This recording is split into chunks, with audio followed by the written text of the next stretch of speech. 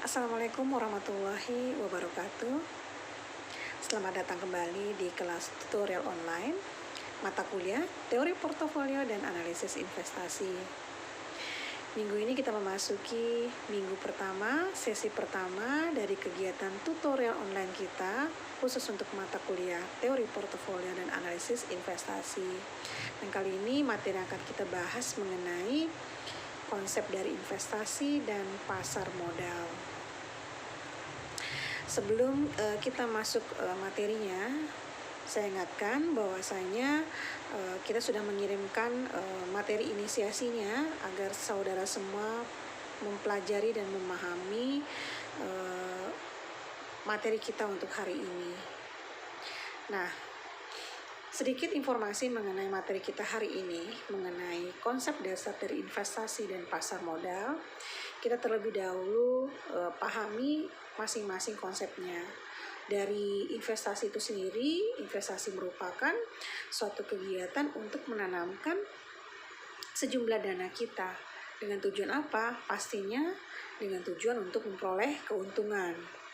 Nah, sedangkan untuk pasar modal sendiri merupakan wadah, ya, suatu wadah atau tempat di mana di sana terjadi transaksi jual beli surat-surat berharga, ya. Surat-surat berharga itu bisa dalam bentuk saham, obligasi ataupun reksadana. Jadi antara keduanya, baik itu investasi maupun pasar modal, tidak dapat dipisahkan. Karena apa?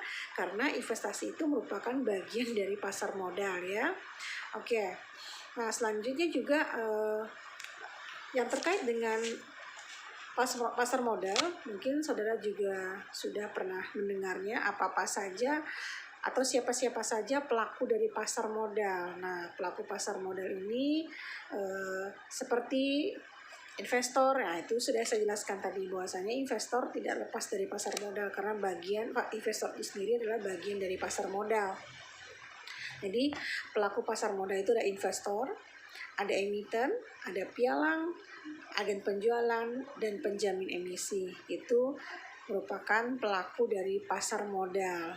Sedangkan lembaga-lembaga penyelenggara dari pasar modal itu sendiri itu berupa bursa efek yang selama ini sudah saudara ketahui, ya.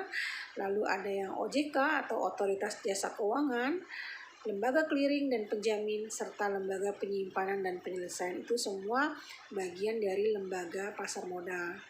Nah, untuk lebih lanjutnya materi mengenai investasi dan pasar modal silakan dibaca materi inisiasinya, dan juga untuk mendukung materi kita hari ini silakan saudara cari dari berbagai sumber pendukung lainnya, silakan. Oke, dan saya ingatkan kembali untuk diskusi, tolong jangan lupa saudara lampirkan juga sumber bacaan saudara di akhir jawabannya, ya.